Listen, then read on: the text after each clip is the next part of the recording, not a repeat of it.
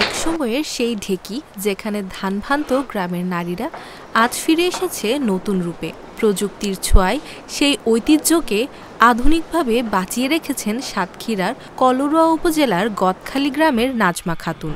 গুঁড়ো কুড়তে আর ধান ভানতে প্রায় সারাদিনই থুপথাপ শব্দে চালু থাকে এই ডিজিটাল ঢেকি। ডিজিটাল এই ঢেকিতে চালের গুঁড়ো তৈরি হয়। এছাড়া ডায়াবেটিস রোগীদের জন্য লাল চালও তৈরি করা হয়। চাহিদা বেড়ে যাওয়ায় আরও দুটি ঢেকি স্থাপনের পরিকল্পনা রয়েছে নাজমা খাতুনের। তাই কম সুদে ব্যাংক ঋণের দাবি তার।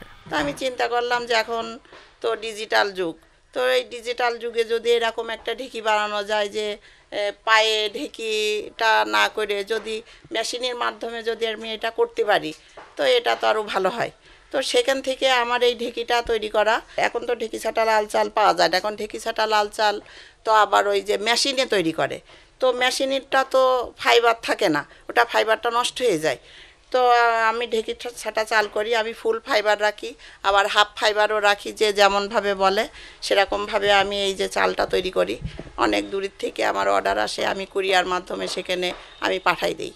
তো এটা যদি আমি একটু আর্থিক সহায়তা পাতাম সরকারি হিসাবে, সরকারিভাবে, তো আমি এটা আরও অনেক বড় করে তৈরি করতে পারতাম।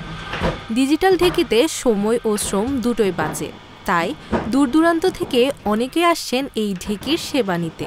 ঢেকিতে যদি চাল পাড়াতে হইতো, পায়ে ব্যথা লাগতো, কষ্ট হইতো, সময় বেশি লাগতো।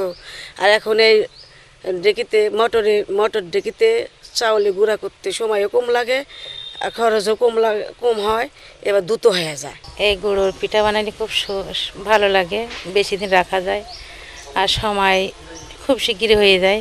আর এখন ব্যথা এখন পায়ে ঢেকিতে কেউ নিয়ে যায় না। যেখানে অন্যরা খুঁজছেন কাজ, সেখানে নিজ উদ্ভাবনে নাজমা খাতুন গড়েছেন সাফল্যের গল্প। দুটি ঢেকি থেকেই মাসে আয় করছেন 40,000 টাকারও বেশি। Tahiya পারসা, independent digital.